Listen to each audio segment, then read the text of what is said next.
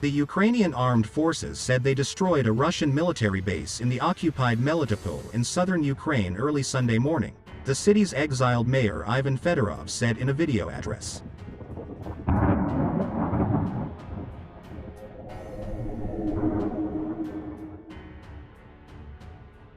Melitopol fell to Russian control in early March, weeks into the Kremlin's invasion of Ukraine. According to Fedorov, Ukrainian troops fired more than 30 shots exclusively at the military base, rendering it unable to function. Now the whole city is covered in smoke. This has been going on for 3 to 4 hours.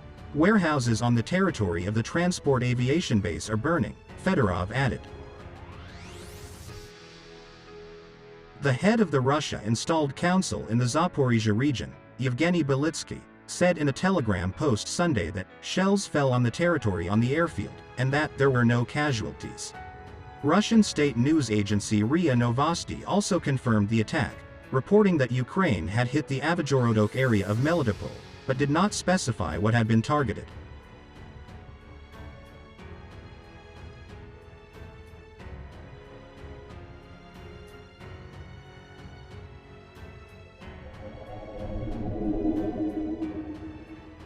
According to CNN, the Russian Defense Ministry also claimed on Sunday that the Ukrainian military launched a deliberate strike on residential areas of the Russian cities of Belgorod and Kursk. The ministry's spokesperson Lieutenant General Igor Konashenkov said in a statement that Ukrainian forces targeted the cities with Tochka-U ballistic missiles with cluster munitions and drones.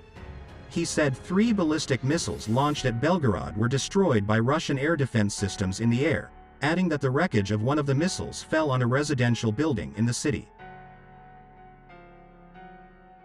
Konashenkov also claimed Russian air defense systems destroyed 2 Ukrainian military drones as they approached the city of Kursk, about 130 kilometers, 80 miles, north of Belgorod. However, CNN has been unable to independently confirm those claims, and the Ukrainian military has not yet commented on the strikes. The governor of the Belgorod region Vyacheslav Gladkov said in a statement posted on his Telegram channel that at least 3 people were killed, and dozens of residential buildings were damaged by explosions early on Sunday morning.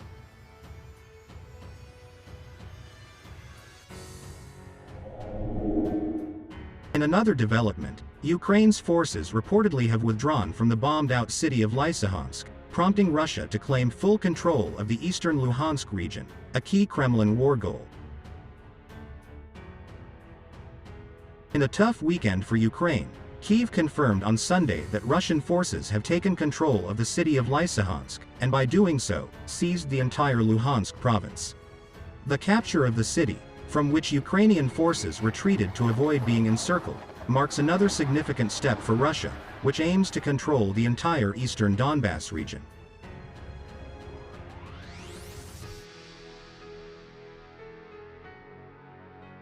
Ukrainian President Volodymyr Zelensky has vowed that Ukrainian forces will return to Lysychansk and take back the city.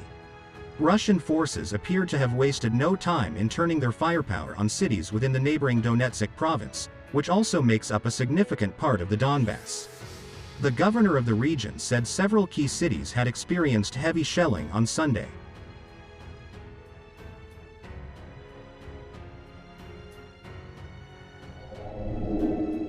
Kyiv on Sunday said the tactical withdrawal would save the lives of its soldiers, who would regroup to launch a counter-offensive with the help of long-range Western weapons. But Moscow said the capture of Lysychansk less than a week after taking neighboring Severodonetsk meant it had liberated Luhansk. It said it would give the captured territory to the self-proclaimed Russian-backed Luhansk People's Republic, whose independence it recognized on the eve of the war.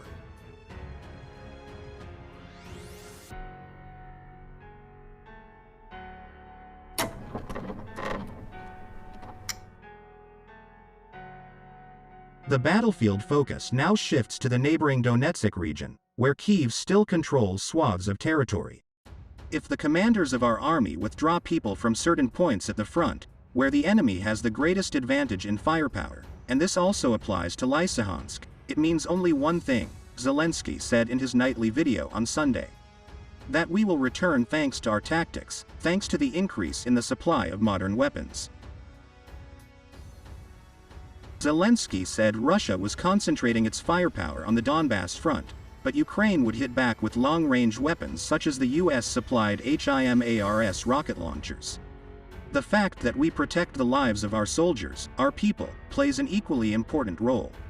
We will rebuild the walls, we will win back the land, and people must be protected above all else, Zelensky said.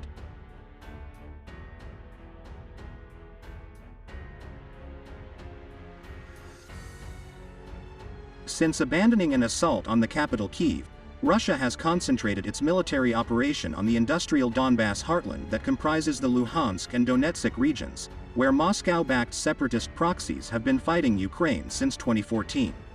Russian Defense Minister Sergei Shoigu informed President Vladimir Putin that Luhansk had been liberated, the defense ministry said, after Russia earlier said its forces had captured villages around Lysychansk and encircled the city. In Sloviansk, west of Lysychansk in Donetsk region, Mayor Vadim Lyuk wrote on Facebook that on Sunday fierce shelling had killed at least 6 people, including a 10-year-old girl. While Russia would try to frame its advance in Luhansk as a significant moment in the war, it came at a high cost to Russia's military, said Neil Melvin of the London-based think tank RUSI. Ukraine's position was never that they could defend all of this. What they've been trying to do is to slow down the Russian assault and cause maximum damage, while they build up for a counteroffensive, he said.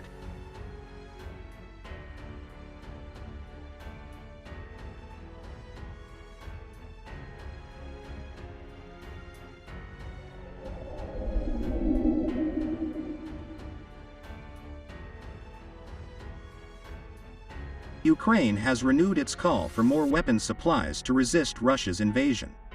President Volodymyr Zelensky told this week's meeting of NATO, "We need to break the Russian artillery advantage. We need much more modern systems. If Ukraine did not receive the weapons it needed to defeat Russia," he said, NATO leaders would face a future war with Moscow themselves.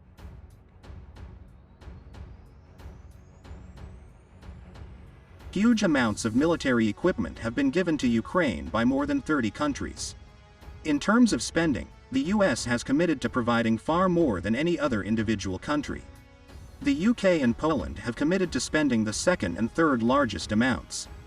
In terms of money already spent, rather than commitments to spend, the White House says the US has provided $6.3 billion, £5.2 billion, in security assistance to Ukraine since President Joe Biden took office in January 2021. The UK says it has provided $1.6 billion, £1.3 billion, with a further $1.2 billion, £1 billion, in the pipeline, since the start of the war. President Zelensky has appealed for more funding, and has said the monthly cost of defense for Ukraine was about $5 billion, £4.1 billion.